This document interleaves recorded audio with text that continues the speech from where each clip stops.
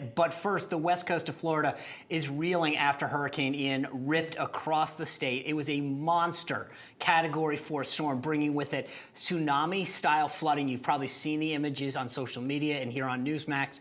150-mile-an-hour winds. That's just shy of a Category 5 hurricane, and in some places up to 1 foot of rain. Yeah, it's unbelievable. And all that heavy rain that you're seeing, the storm surge, is flooding streets and homes, uprooting trees, leaving more than 2 million Floridians and are now without power. And just to show how powerful this storm is, this is drone footage of the Sanibel Causeway in Lee County, Florida. It was ripped apart with a huge section of the causeway falling into the sea, leaving more than 6,000 residents stranded. Again, our hearts and prayers go out to all who've been affected by this storm and who are still in danger. Yeah, it's been downgraded to a tropical storm and expected to re-strengthen possibly into a hurricane before making another landfall in South Carolina. We've got senior correspondent John Huddy tracking the latest from Naples, Florida. John, tell me what you're seeing right now there in that Naples area. Well, so Sean, to give you an idea, we're about 2.5 miles from the coastline.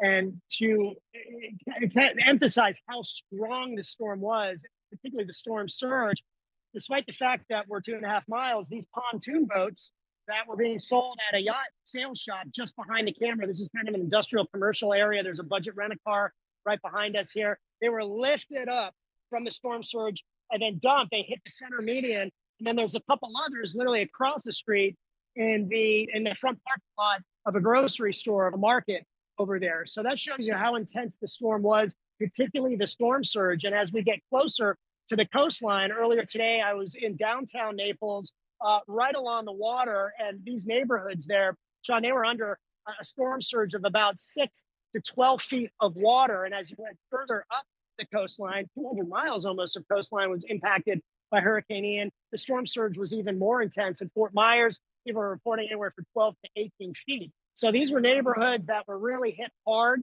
The downtown area of Naples, the businesses, many of them were flooded out. And keep in mind, we're coming up on what's called the season, the main peak season that starts October 15th here. So we talked to one business owner who said, you know, her shop was flooded and they're going to have to basically reassess how they're going to open, how they're going to make that October 15th opening for the winter season. And some of the restaurants we saw were being cleaned out in the downtown area.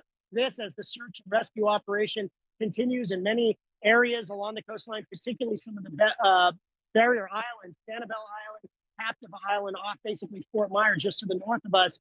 I understand there's still a search and rescue operation ongoing for people that basically tried to stay there and stick the storm out. But this is a historic and also deadly storm.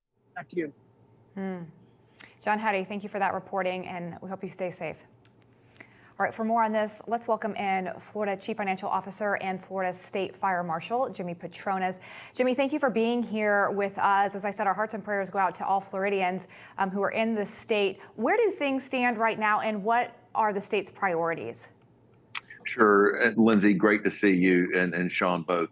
Look, the state's priorities right now, the winds have died down, urban search and rescue crews. You know, these men and women, we have 11 different task forces that have responded right now. And yeah, you're showing the video of all the troopers rolling into town. The 11 task forces, Miami Task Force 2, they hit Fort Myers Beach at 2 a.m. last night. You couldn't keep these guys away. Task Force 1 is here along with Virginia 1 and 2. We've got, like I said, 11 different teams. These teams are embedded with trauma surgeons, engineers, and then you have all of the fire and first responders that are making calls. So just in between the two counties of Lee County, where I am right now at the Emergency Operations Center, and Charlotte County, over 500 lives have been saved. That's outside of the task force. The Coast Guard itself, the Coast Guard has run 23 sorties and saved 39 lives. So we've got barrier islands where people live that are cut off, as you've shown those causeway videos. So this is a storm of biblical proportions, but this is the greatest response I've ever seen from the state of Florida.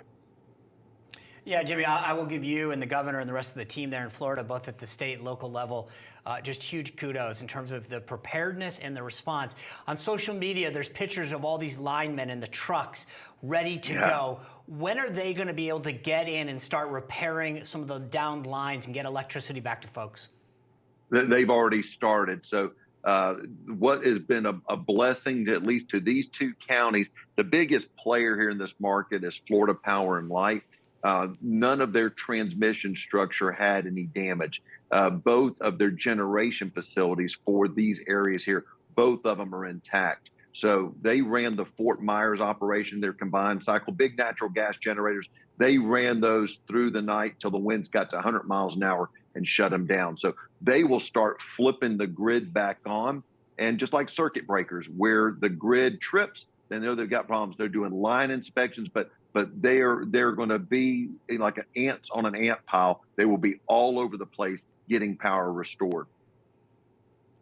So, Jimmy, you have said that this would be one of the most expensive rebuilds in Florida's history. We heard John Huddy there talking about a business owner being concerned. We know there's going to be hundreds of thousands of insurance claims being submitted from business owners and homeowners. What is your advice to them? I've heard some reports of people being concerned about insurance companies saying, hey, we're not going to pay for flood damage because this was a hurricane. How are you getting ahead of that, and what's your advice to owners?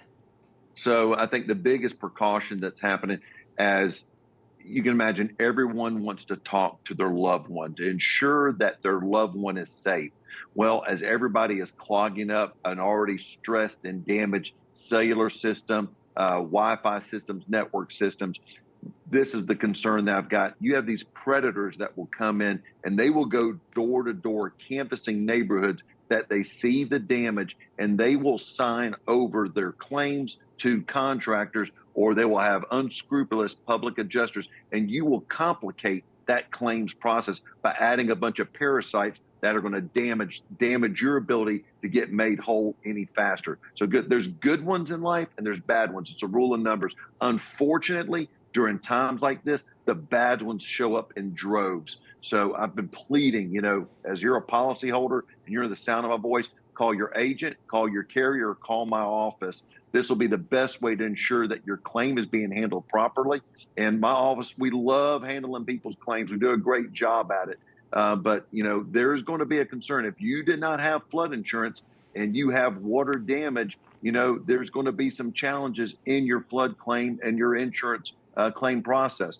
But if you've got 4 feet of water in your house and you don't have a hole in your roof and you have flood insurance, well, that's definitely a flood claim. So there'll be some finger pointing, but this is where we will do everything we can to help get people putting their lives back together.